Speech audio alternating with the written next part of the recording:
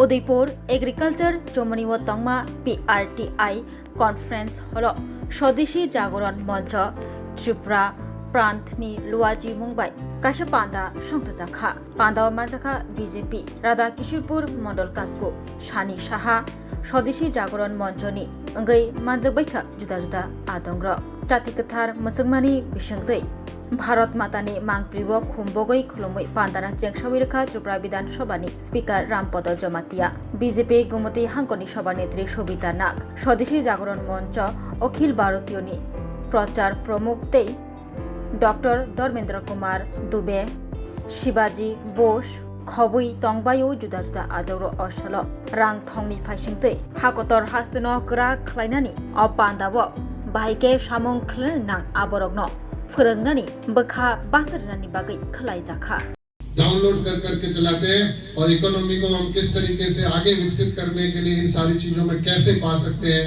कैसे हम पढ़ाई के साथ कमाई कर सकते हैं, कैसे हम भविष्य के लिए अपने आप को नौकर न बन करके मालिक बन सकते हैं, नौकरी मांगने वाला नहीं नौकरी देने वाला बन सकते हैं। ये सारा आपने इन 2 दिनों में सुना और समझा, समझने का प्रयास किया। आपस में मित्रता भी हुई, आज सुबह शाखा भी लगाई, गेम भी खेला, एक तो शायद किसी का चोट भी आ गई, नाखून उतर गया। ये हमें बलशाली बनाता है, ताकतवर बनाता है, देश को समझने सीखने की प्रेरणा देता है। स्वदेशी जागरण मंच का यह प्रांत विचार वर्ग दोनों मायनों में है, जहां एक और ऐसी पीढ़ी है जिसने इतिहास देखा है और एक ऐसी पीढ़ी है जो इतिहास बनाने के लिए तैयार है। इसलिए मैं आप सबका यही आह्वान करता हूं। संघ का एक गीत है, बहुत सुंदर गीत है, आपने कभी न कभी पढ़ा या गुनगुनाया या गाया होगा। देश हमें देता है सब कुछ, हम भी तो कुछ देना सीखें।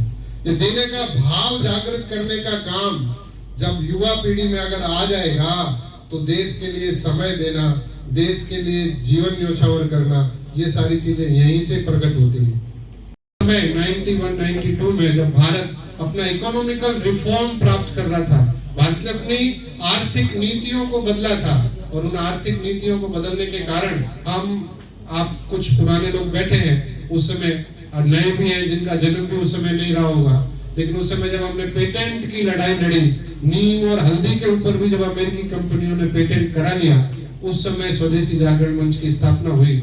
और आज स्वदेशी जागरण मंच स्वावलंबी भारत अभियान, इसके माध्यम से पूरे देश में विभिन्न संगठनों को एकत्र करते हुए किस प्रकार से युवाओं का इस देश के प्रति लगाव हो और किस प्रकार से युवा देश को समृद्ध बनाने के लिए एकजुट हो, उसके लिए काम कर रहा है। ऐसे ही आज हमारे बीच में भारतीय मजदूर संघ, भारतीय जनता पार्टी, भारतीय शिक्षण मंडल, ऐसे ही कल आपने देखा संस्कृत भारती, विज्ञान भारती और कल शाम में अखिल भारतीय विद्यार्थी परिषद के प्रमुख पदाधिकारी सारे इस संगठन के साथ इस 2 दिन के वर्ग में हमें कहीं न कहीं उनका सानिध्य मिला और विषय सुनने को मिला। आप युवाओं को लगा होगा कि ये कहां फंस गए, क्या हो गया, बड़ी मुश्किल से तो गेम खेलते हैं, इंटरनेट चलाते हैं। जहां समृद्धि होगी वहां विकास स्वाभाविक हो जाएगा, जहां समृद्धि होगी वहां गरीबी नहीं होगी, गरीबी मुक्त भारत होगा।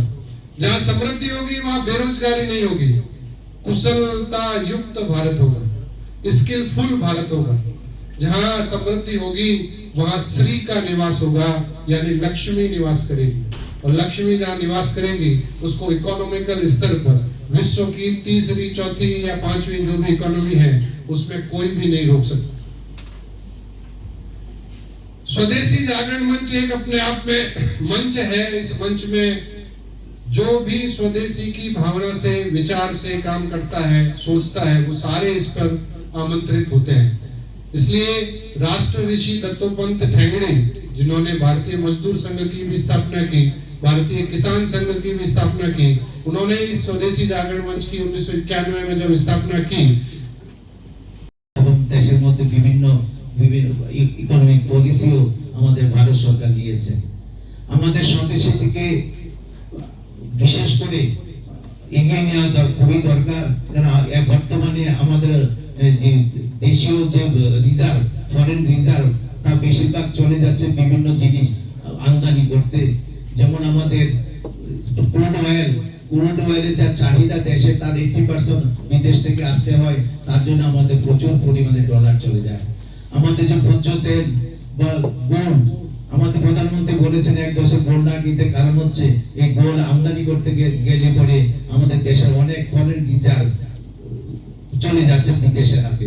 এতে গোল্ড আমাদের দেশের এমন কোনো জিডিপি ডেভেলপমেন্ট বা জিডিপি বাড়াতে কোনো ভূমিকা রাখে না, শুধু আমাদের ছেলে মেয়েদের অলংকার হিসাবেই আমাদের ব্যবহার হয়, তার বেশি কিছু নয়। সেই দিক থেকে আমরা যদি উৎপাদন স্বদেশী এন্টারপ্রেনারশিপ ডেভেলপমেন্টের মাধ্যমে যদি উৎপাদন করতে পারি, আমাদের যে চাহিদা, দৈনন্দিন চাহিদা যদি আমাদের দেশীয় বা ক্ষেত্রীয় উদ্যোক্তাদের মাধ্যমে উৎপাদন করে আমরা যদি তার চাহিদা মেটাতে পারি, তাহলে আমাদের বিদেশ থেকে আমদানির পরিমাণ অনেক কমে যাবে এবং হয়তো কালক্রমে আমরা এইসব দ্রব্য বিদেশে রপ্তানিও করতে পারবো। আমাদের সুখের একটা, আমরা সবাই জানি আমাদের এই সাউথে দিয়ে আমাদের একটা যে ইকোনমিক যে ধর্মনগর সাগরম, এই সাগরম মধ্যে আমাদের একটা ইকোনমিক করিডোর হতে যাচ্ছে, যেটা আমাদেরকে বাংলাদেশের সিলেট যে বন্দর আছে তার সঙ্গে যুক্ত হবে। আমাদের সেই বন্দর থেকে আমাদের ত্রিপুরার দূরত্ব 70 কিলোমিটারের মধ্যে, এর বেশি কিছু না। আমাদের বেশিরভাগ দ্রব্য এখন আমাদের দেশ কলকাতা থেকে আনতে হলে প্রায় 1500 কিলোমিটার রান করে তারপরে আমাদের রাজ্যে পৌঁছায়। এতে গিয়ে আমাদের দ্রব্যমূল্য অনেক বেড়ে যায়। আমাদের যদি বন্দর চালু হয়ে যায়, 70 কিলোমিটার জার্নি খরচ মানে ট্রান্সপোর্টেশন কস্ট দিয়ে আমরা অতি সহজে, অতি কম সময়ে, অতি কম মূল্যে আমাদের বিভিন্ন দ্রব্য আমাদের হাতে পৌঁছে যাবে।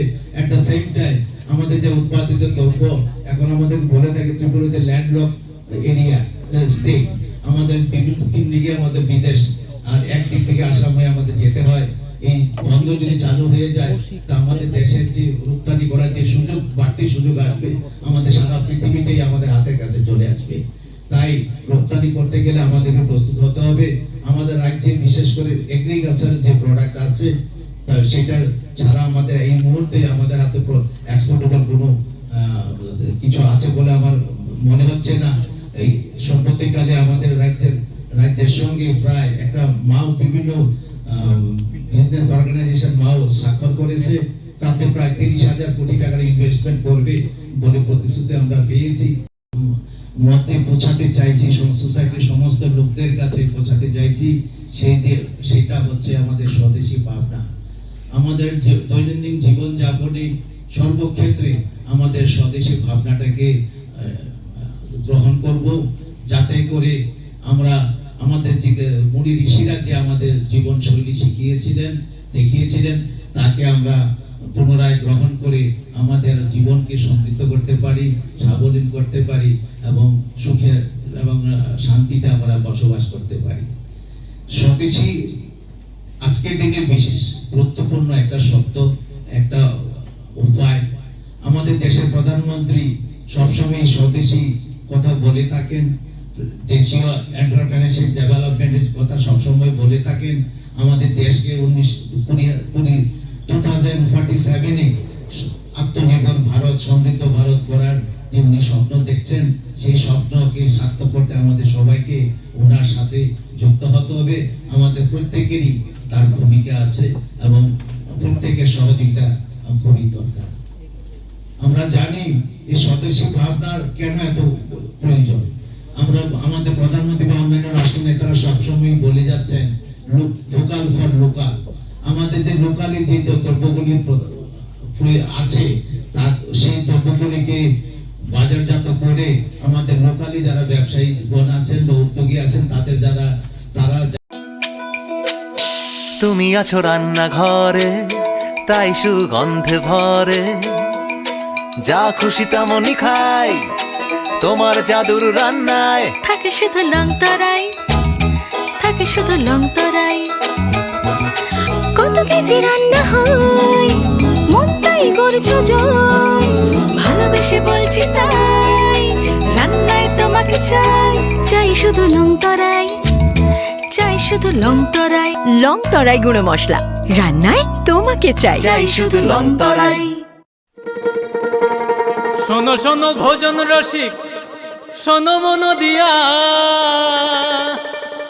ঝাঁঝের স্বাদে রান্না করো লং তরাই দিয়া। ইলিশ সর্ষে পোস্ত বাটা যেমন ইচ্ছে নাও, মালাই চিংড়ি মাংস কষা চেটে পুটে খাও, আহা চেটে পুটে খাও, আহা চেটে পুটে খাও। লং তরাই কাচ্চি ঘানির সর্ষে তেলে টেস্ট, যে খাবে সেই বলবে লং তরাই বেশ। লং তরাই সর্ষের তেল, ঝাঁঝে স্বাদে তোমাকে চাই। আহা লং তরাই বেশ, আহা লং তরাই বেশ।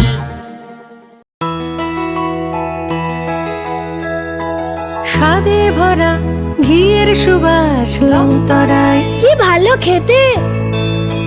শুদ্ধ ঘিয়ের আবেশ ভরা লং তরাই। অপূর্ব সুগন্ধ। পুষ্টি ভরা ঘিয়ের খাবার, গাওয়া ঘি প্রিয় সবার, লং তরাই। কে বলে বিশুদ্ধ ঘি?